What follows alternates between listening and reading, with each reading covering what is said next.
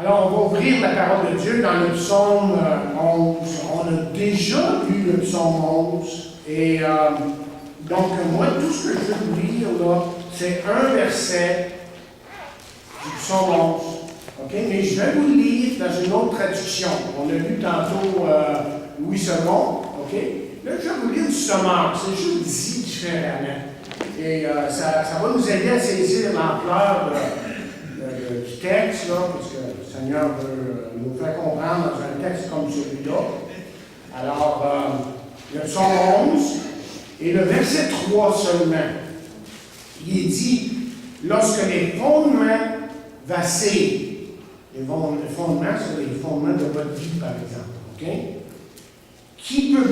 Que peut bien faire l'homme droit? Je vais relire. Lorsque les fondements de votre vie vacillent, on va dire comme ça. OK? Que peut bien faire l'homme droit? Moi, nom à Dieu de bénir sa parole. Encore une fois, notre Dieu, nous te remercions pour ta parole qui est devant nous et nous te remercions de ce que nous pouvons lire ta parole et comprendre que tu veux nous parler à travers ce que tu dis ici. Parce que par ton merveilleux Saint-Esprit, tu nous as donné cette parole pour notre édification, pour notre correction, pour que nous sachions comment t'aimer, comment marcher avec toi. Et merci de ce que tu es présent ici. Parce que Seigneur, tu vas faire ton œuvre dans nos vies, en ce moment. Et nous prions ça dans le nom de Jésus. Amen. 70 millions et plus. Qu'est-ce que ça veut dire, ça? Et savez-vous que c'est le nombre de chrétiens martyrisés depuis le début de l'ère chrétienne? 70 millions.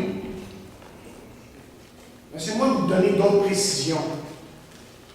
Entre 1917 et 1950, 15 millions de chrétiens orthodoxes ont été tués en Russie.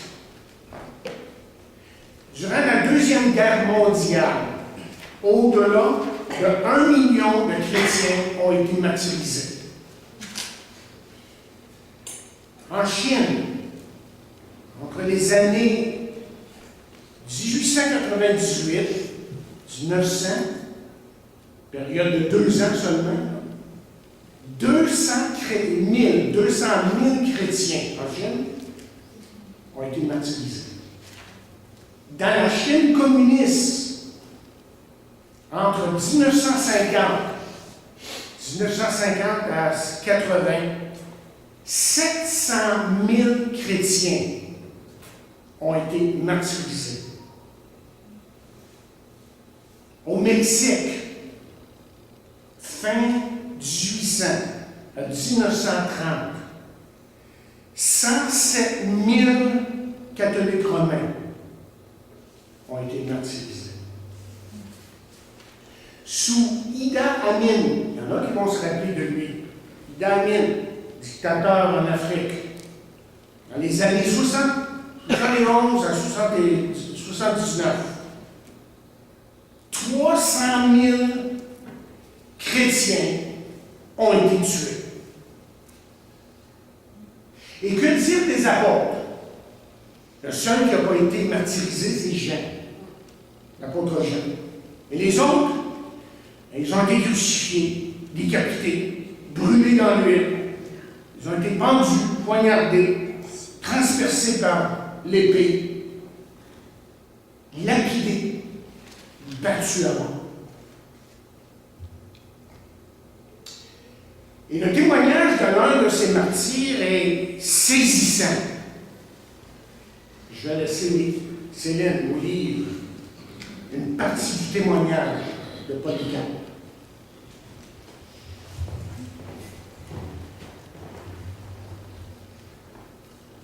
Témoignage de qui, Michel? Polycarpe.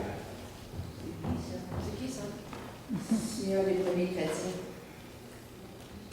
Polycarpe, le plus admirable de tous, ne se laissa pas d'abord émouvoir par les rumeurs de persécution. Il voulait rester en ville. Mais comme son entourage le pressait d'aller se mettre à l'abri, il gagna une petite maison non loin de Smyrne et il l'habita avec quelques amis, ne faisant qu'y prier jour et nuit pour tous les hommes et toutes les églises de ce monde, selon la coutume. C'est au cours de sa prière que 3 jours avant d'être arrêté, il eut une vision. Son oreiller prenait le feu et était entièrement consumé. Alors, il se tourna vers ses compagnons et il dit, « Il faut que je sois brûlé vif. » Cependant, on le recherchait activement. Il dut gagner une seconde cachette. À peine y appela-t-il que les gens, lancés à sa poursuite, firent éruption dans la première maison. Ne l'y trouvant pas, ils saisirent 2 jeunes esclaves, en torturèrent un qui parla. Polycarpe, désormais, ne pouvait plus leur échapper puisqu'il avait été dénoncé par un des siens. L'Irénarque, qui répondait au nom d'Hérode, était pressé de le conduire au stade. Ainsi, Polycarpe accomplirait-il sa destinée en ne faisant qu'un avec le Christ, tandis que ceux qui l'avaient livré subiraient le châtiment de Judas. Ils emmenèrent le jeune esclave. C'était un vendredi, vers l'heure du dîner. Les policiers, à cheval et à pied, armés jusqu'aux dents, se mirent en chasse comme s'ils couraient après un brigand. Tard dans la soirée, les voilà qui trouvent la maison et se lancent à l'assaut. Il était couché à l'étage supérieur. Encore une fois, il aurait pu s'échapper, mais il refusa. Que la volonté de Dieu soit faite, dit-il. Quand il sut qu'ils étaient là, il descendit et engagea la conversation. Son âge et sa sérénité les frappèrent. Il ne comprenait pas qu'on ait mis tant de police sur le pied de guerre pour arrêter un si noble vieillard. Mais lui, malgré leur tardive, les invita aussitôt à manger et à boire à satiété. Il leur demanda seulement de lui laisser 1 heure pour prier en paix. Ils le lui accordèrent. Alors, debout, il se mit à prier, si intensément pénétré de la grâce de Dieu que 2 heures durant, il ne cessa de parler et d'impressionner ceux qui l'écoutaient. Beaucoup se repentaient d'être venus arrêter un vieillard aussi saint. L'Irénarque Hérode, ainsi que son père Nicétès, vinrent au-devant de lui et le firent monter dans leur cage. Assis à ses côtés, ils essayèrent de le fléchir, disant « Quel mal y a-t-il à dire Seigneur César, à sacrifier et à observer notre religion pour sauver sa vie? » Mais ils ne leur répondirent d'abord pas. Et comme ils insistaient, il leur déclara « Je ne suivrai pas vos conseils. » Humiliés par leurs échecs, ses interlocuteurs l'accablèrent d'injures et le poussèrent si brutalement de la voiture qu'en descendant, il s'écorcha la jambe. Mais il n'en parut pas troublé, et il marcha d'un pas résolu, comme s'il ne sentait rien, vers le stade où on le conduisait. Le proconsul le fit comparaître devant lui. Il lui demanda s'il était Polycarpe. « Oui, répondit celui-ci. » Alors, il essaya de le faire abjurer. « Respecte ton âge, disait-il. » Suivait toutes les paroles que l'on tenait en pareil cas. « Jure par la fortune de César, rétracte-toi, crie à mort les impies. » Alors, Polycarpe jeta un œil sombre sur cette populace de paliers massés dans le stade et pointa sa main vers elle. Puis il soupira et les yeux levés au ciel, il dit « À bas les impies. » Le proconsul le pressa plus belle. « Jure donc et je te libère, maudit le Christ. » Polycarpe répondit « Si tu t'imagines que je vais jurer par la fortune de César, comme tu dis, en feignant d'ignorer qui je suis, écoute-le donc une bonne fois. Je suis chrétien. Voilà 86 ans que je le sers et il ne m'a fait aucun mal. Comment pourrais-je insulter mon roi et et mon sauveur. Le magistrat s'irritait. Je t'envoie au bûcher, apostasie donc. Polycarpe répliqua. Tu me menaces d'un feu qui brûle. Non, puis c'était rapidement. Tu ignores donc le feu du jugement à venir et du châtiment éternel gardé pour les impies. Mais pourquoi t'en as-tu? Va, donne tes ordres.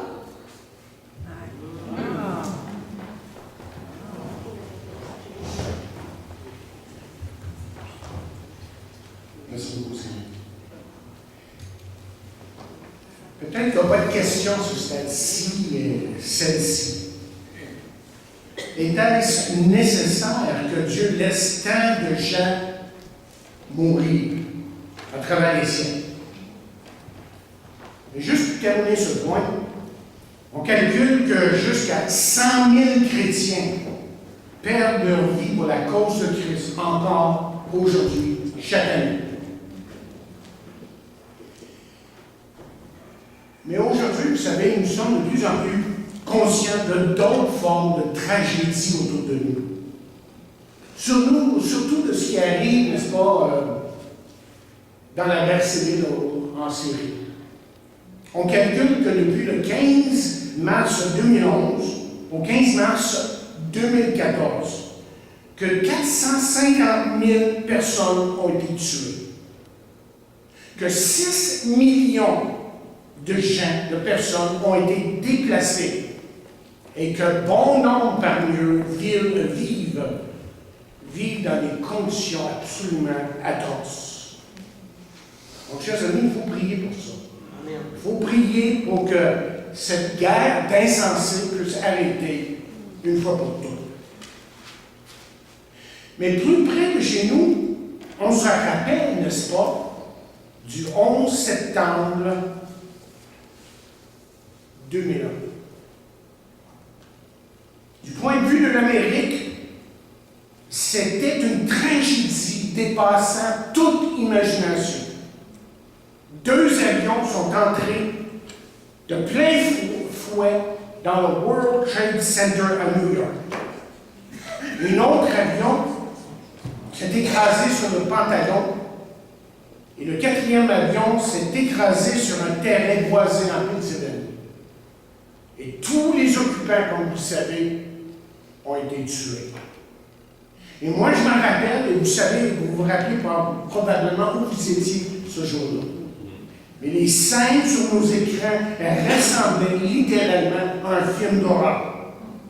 Des milliers de personnes ont été tuées dans une tragédie que personne n'aurait jamais pensé possible.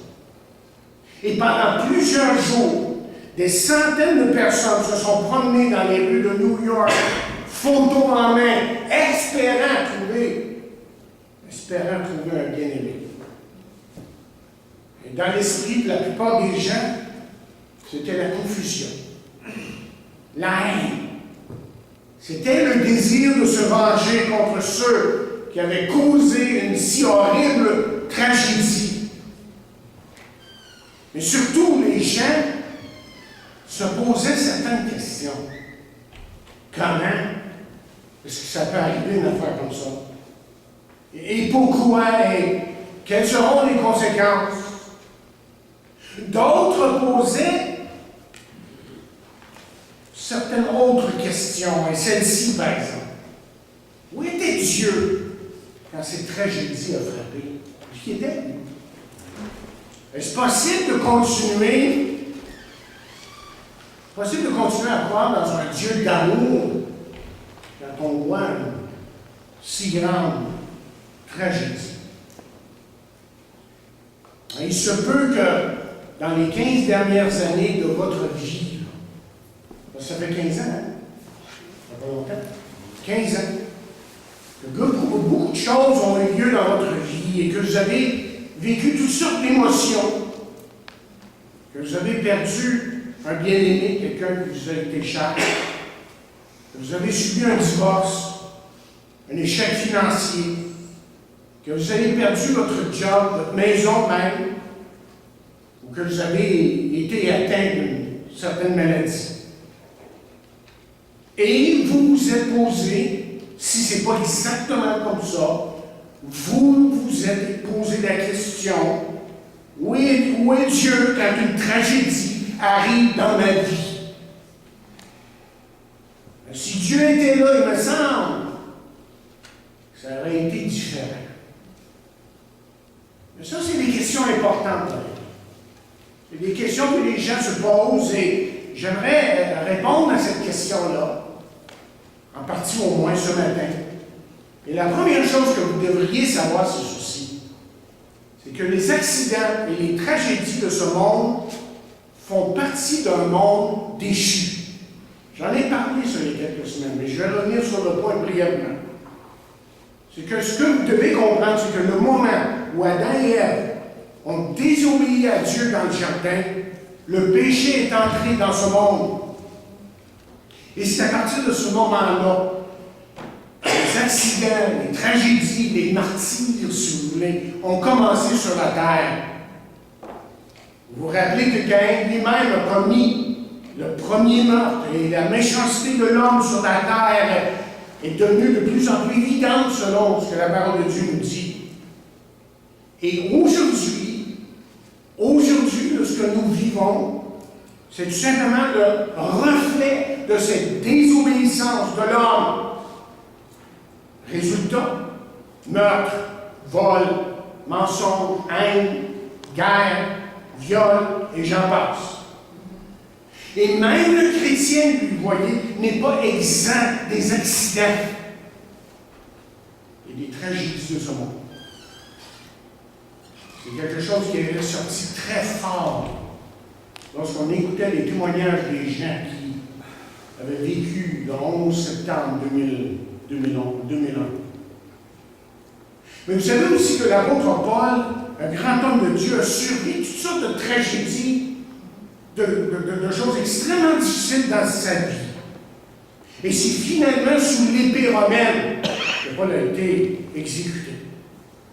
Et contrairement à ce que bien des gens disaient dans son temps, et ce que les gens disent aujourd'hui, Paul, lui, ne voyait pas dans cette tragédie quelque chose qui prouvait que Dieu n'existait pas, que Dieu n'était pas là. Au contraire, écoutez bien ces paroles. Il dit ceci, c'est pourquoi je me plais dans les faiblesses, dans les outrages, dans les calamités, dans les persécutions, dans les détresses pour Christ, car quand je suis faible, quand je suis défait, que ça ne va plus, c'est là que lui est fort en moi. C'est là que je suis fort, à cause de lui dans ma vie. Il ne faut pas se méprendre. Il ne faut pas penser que Paul aimait avoir des accidents. Il ne faut pas penser que Paul aimait avoir des tragédies dans sa vie, qu'il aimait souffrir. Pas du tout comme ça, là. Mais Paul savait que si les choses devenaient trop difficiles, que Dieu viendrait à son secours. Et contrairement à ce que certains veulent nous dire aujourd'hui, Dieu ne nous a jamais promis une vie facile. Mais ce qu'il nous a promis, c'est d'être avec nous, toujours. On passe à travers les difficultés de la vie. La raison pour laquelle Paul, lui, n'a pas fui à certains moments les choses de sa vie, ses faiblesses, même ses incompréhensions de ces choses qui se passaient autour de lui. Lui, il savait que Dieu pouvait démontrer, exécuter lui-même sa puissance dans sa vie. Il le savait, ça. Mais souvenez-vous aussi que Jésus a bien averti à maintes et maintes reprises que nous devions nous attendre à la souffrance et aux difficultés dans la vie. Qu'est-ce qu'il dit? Une nation s'élèvera contre une nation, un royaume contre un autre royaume. Il y aura dans divers lieux des famines, des tremblements de terre. Il dira plus loin, je vous ai dit ces choses afin que vous ayez la paix en moi.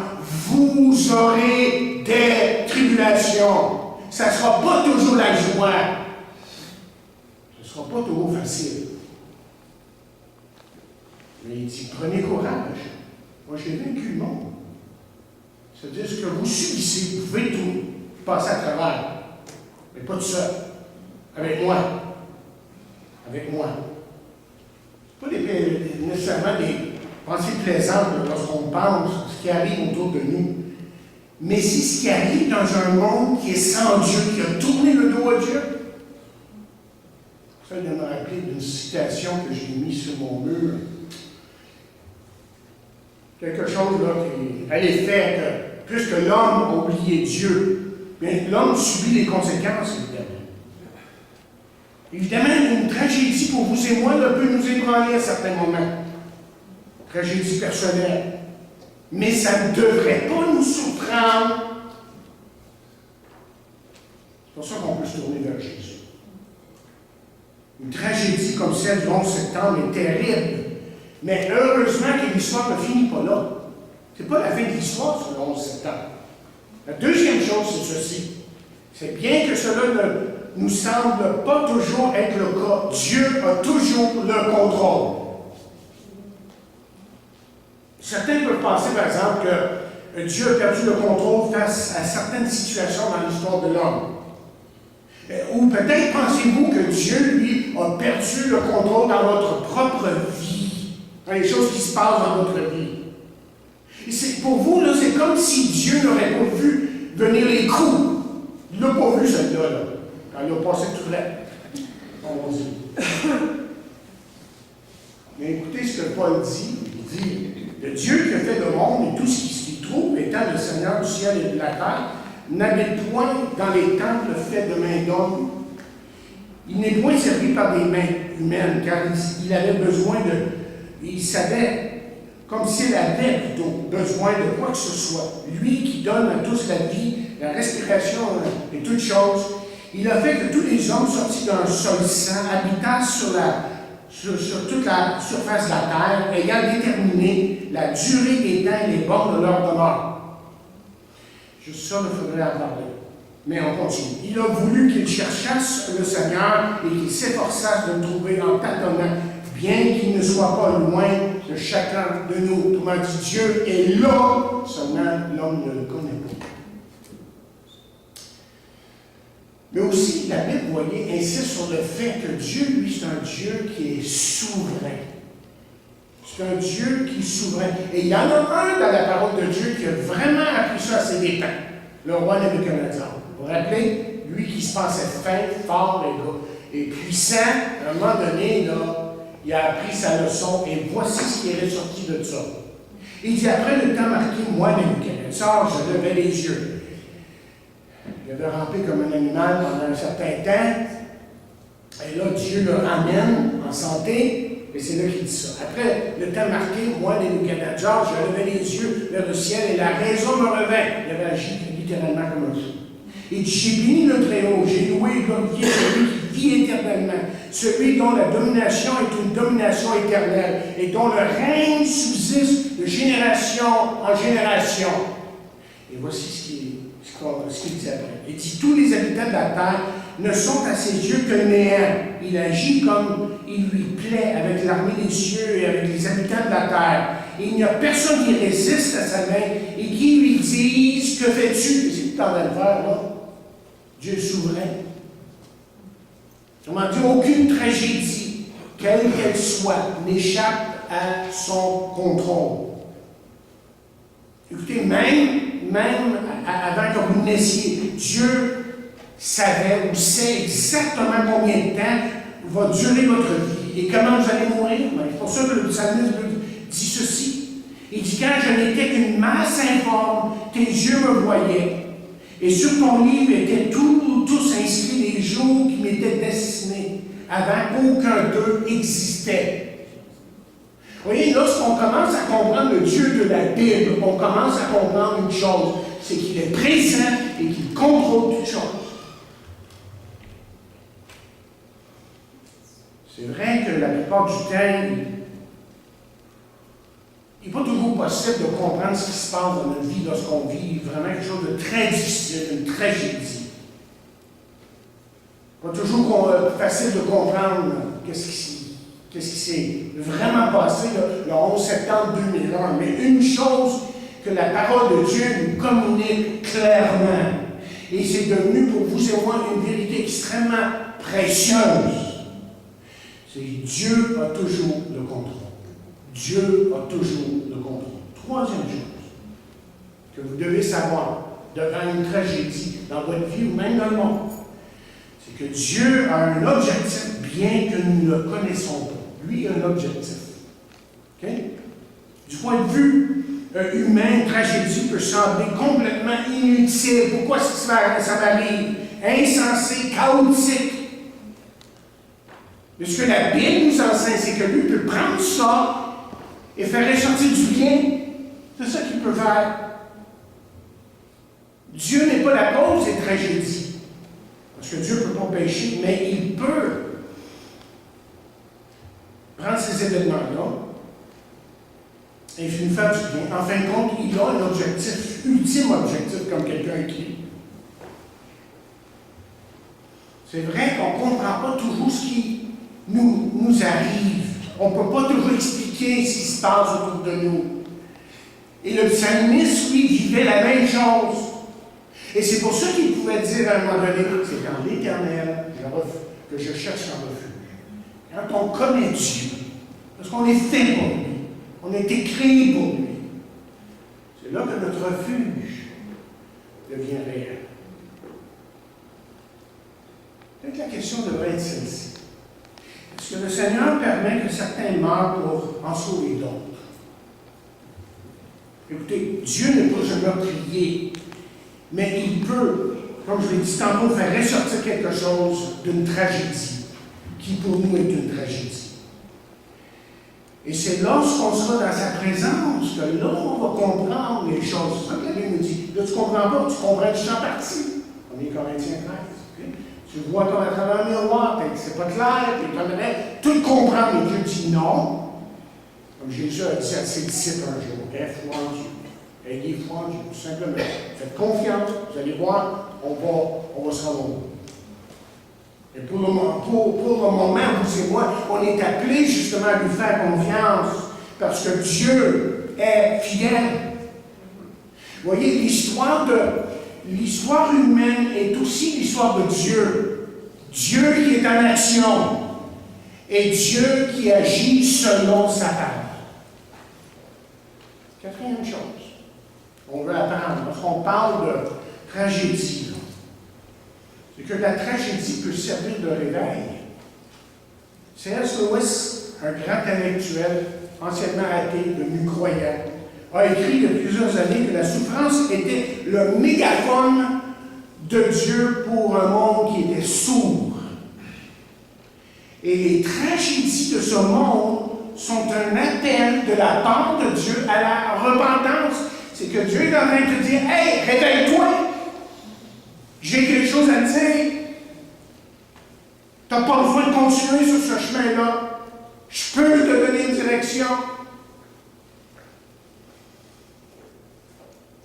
C'est aussi, peut-être pour être plus précis, là, un appel à la repentance pour le peuple de Dieu. Parce que c'est si facile de s'éloigner.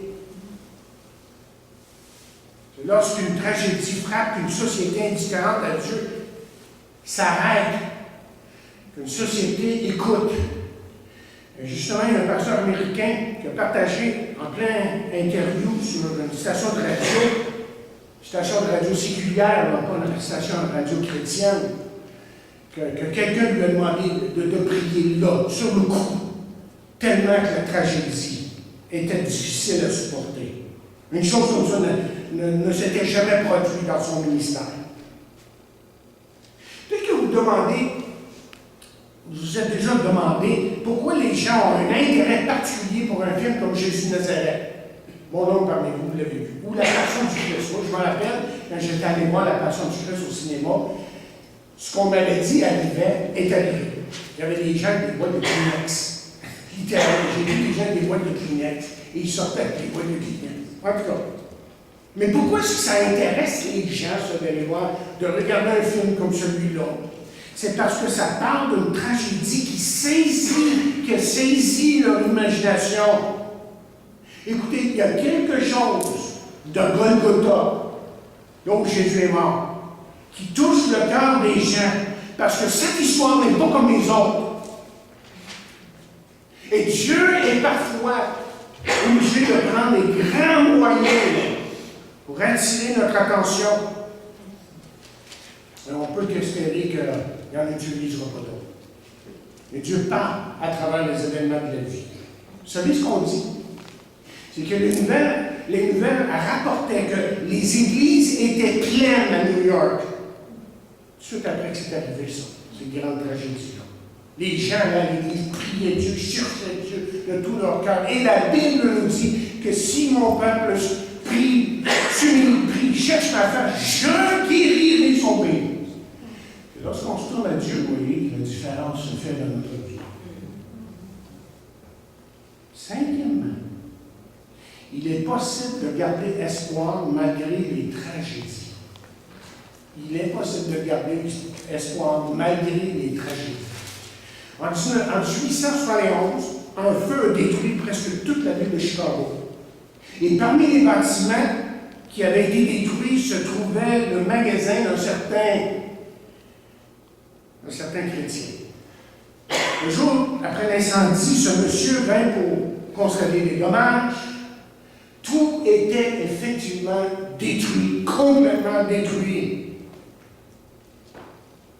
Parmi les débris, il installa une table. Au-dessus de la table, on pouvait lire les paroles suivantes. J'ai tout perdu, excepté ma femme, mes enfants, l'espoir. Les affaires vont reprendre demain. Vous savez, je ne peux pas m'imaginer, moi, quelqu'un, un individu qui fait face à une tragédie dans sa vie sans Jésus-Christ. Sans espoir. Sans Jésus-Christ, il n'y a pas d'espoir. Sans Jésus-Christ, c'est le noir, c'est le vide, c'est le désespoir total. Avez-vous déjà rencontré quelqu'un qui vous parlait d'Évangile, dont on sent qu'il n'y a aucun intérêt? Mais c'est souvent lorsqu'il y a une tragédie qui frappe cette personne-là, que cette personne-là va commencer à se demander, vous savez ce qu'il m'a dit, là, c'est peut-être vrai, mais peut-être que je vais dans ça, ça serait bien que je regarde un peu. Parce que vous voyez, l'éternité sera très longue pour celui qui rejette Jésus-Christ. Et une éternité sans Jésus, c'est de vivre dans l'éternité sans espoir. Et dans l'éternité, les choses ne changent pas. Il y en a qui changeront de l'autre bord. Il y a des choses que tu pourras faire. Non, la Bible enseigne pas ça. Après la mort vient le jugement. C'est final, c'est fini. Soit que tu as accepté Jésus-Christ dans ta vie, ou que tu lui as tourné le dos. Évidemment, un chrétien va être attristé lorsque quelqu'un, évidemment, part. Mais vous voyez, le chrétien n'est pas sans espoir. Il a un espoir. Et il sait très bien qu'il reverra son bien-aimé si celui-ci, évidemment, a connu Jésus-Christ comme sauveur et Seigneur. Et c'est pour ça que Paul pouvait dire ceci. La Bible parle pour rien. Elle dit, nous ne voulons pas, frères, que vous soyez dans l'ignorance au sujet de ceux qui dorment. On parle du corps aussi. Afin que vous ne vous affligiez pas comme les autres qui n'ont point d'espérance. Lorsqu'ils meurent, là, il y a encore de l'espoir. Il dit, car si nous croyons que Jésus est mort et qu'il est ressuscité, et ça c'est un fait historique, ça peut être inventé ça. Il y a des milliers de gens qui savent, qui ont vu qu'il est mort et ils l'ont vu après ça. Jésus est vraiment ressuscité. Et là, la Bible dit ceci après. Il dit, car si nous croyons que Jésus est mort et qu'il est ressuscité, croyons aussi que Dieu ramènera par Jésus avec lui ceux qui sont morts. Et Jésus a dit, je m'en vais préparer une place. Laissez-moi vous dire, Jésus n'a jamais dit un mensonge. On a essayé de le tromper, on a essayé de montrer qu'il était un menteur, mais jamais est-ce qu'on a pu prouver quoi que ce soit. Jésus a toujours dit la vérité.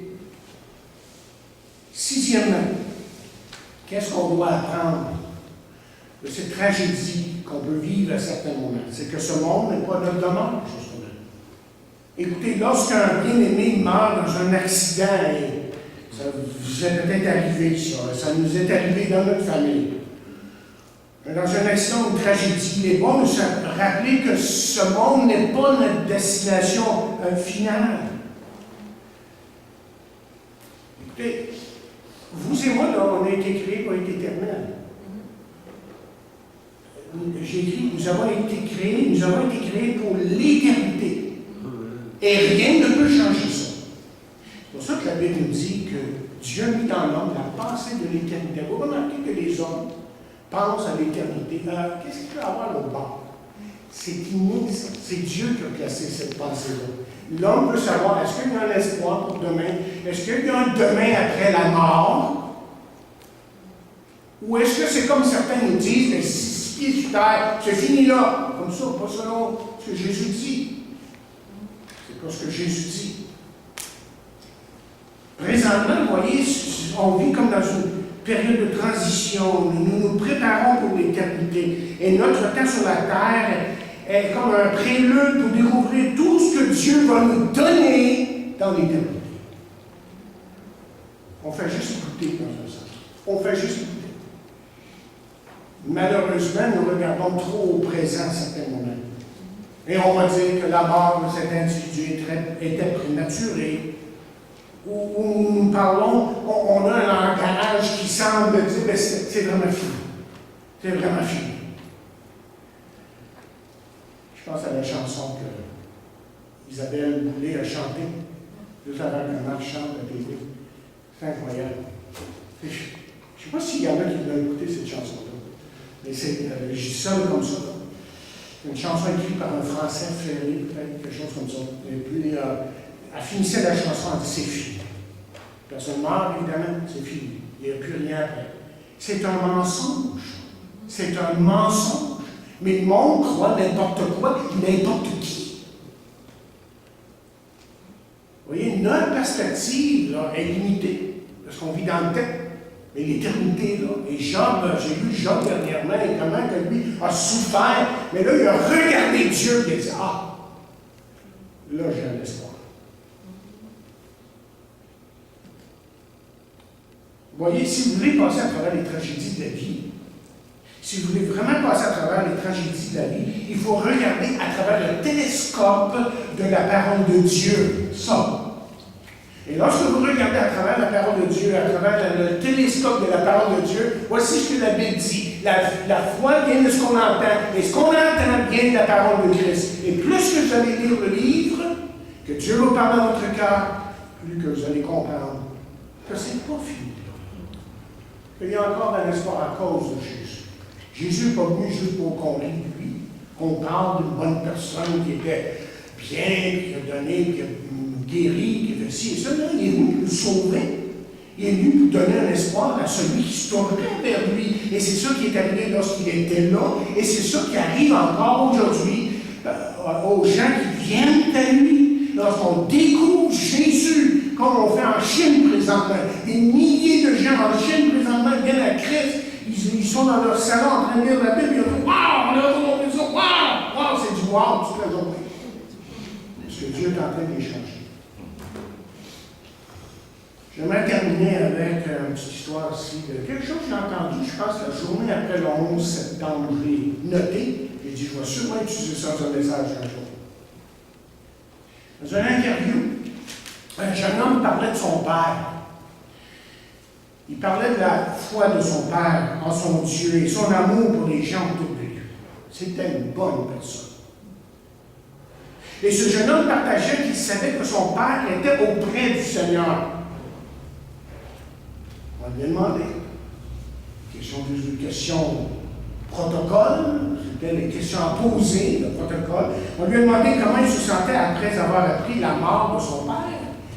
Évidemment, il a partagé sa dévastation personnelle lorsqu'il a appris la mort de son père. Et puis, on lui demanda comment il se sentait maintenant. Il dit ceci. Et j'ai plus de paix et d'espoir maintenant que j'en avais avant la mort de mon père, parce que je sais où se trouve mon père. Oui, Dieu, quand une tragédie frappe dans nos vies, puis là, on ne voit pas de nos yeux physiques, évidemment, Dieu est esprit, mais on a une partie de nous qui est esprit, justement. Et c'est là que Dieu agit. Si moi vous demandez, est-ce que vous le connaissez comme votre sauveur personnel? Avez-vous fait confiance à Jésus? Mais vraiment, fais confiance à Jésus. La Bible dit, si tu confesses de ta bouche le Seigneur Jésus, et si tu crois dans ton cœur que Dieu l'a ressuscité des morts, tu seras sauvé. Continue à dire, c'est en croyant du cœur qu'on parvient à la justice. Et c'est en confessant de la bouche qu'on parvient au salut, selon ce que dit les Écritures, ou dit l'Écriture. Mais écoutez bien la prochaine phrase, la dernière phrase ici, tellement importante. Elle dit, quiconque croit en lui, le mot quoi, ça veut dire faire confiance. Quiconque lui fait confiance ne sera jamais point confus. Êtes-vous confus? Vous vivez des choses de terribles, là. Vous êtes en confusion, vous ne savez pas où vous mettre la tête, vous vous demandez, mais qu'est-ce que je vais faire? Tournez-vous vers Jésus. Même un homme religieux est venu à Jésus un jour. L'homme religieux, ça avait beaucoup de religion. Il pouvait vous citer des versets par cœur. Il est venu à Jésus de par la nuit. Il dit, on sait qu'il s'approche de Jésus, puis c'était la nuit, pas que personne ne le voit. Hein? Il dit, hey, on sait bien que quelqu'un qui fait ce que tu fais, les miracles et tout le reste, pour ne pas faire autrement qu'à venir de Dieu. Pour personne d'autre qui peut faire ça que Dieu lui-même, en fait. Puis là, il voulait une discussion théologique, probablement, il a parlé en théologien, puis on a une bonne discussion. Jésus lui a dit, Nicodème, il faut que tu naisses de nouveau. Direct comme ça. Nicodème, il faut que ça change dans ta vie. Il faut qu'il y ait une révolution spirituelle dans ta vie. C'est ça que Jésus fait lorsqu'on vient. Tournez-vous vers Jésus ce matin. Lui qui dit, venez à moi, vous tous qui êtes fatigués et chargés, et je vous donnerai du repos.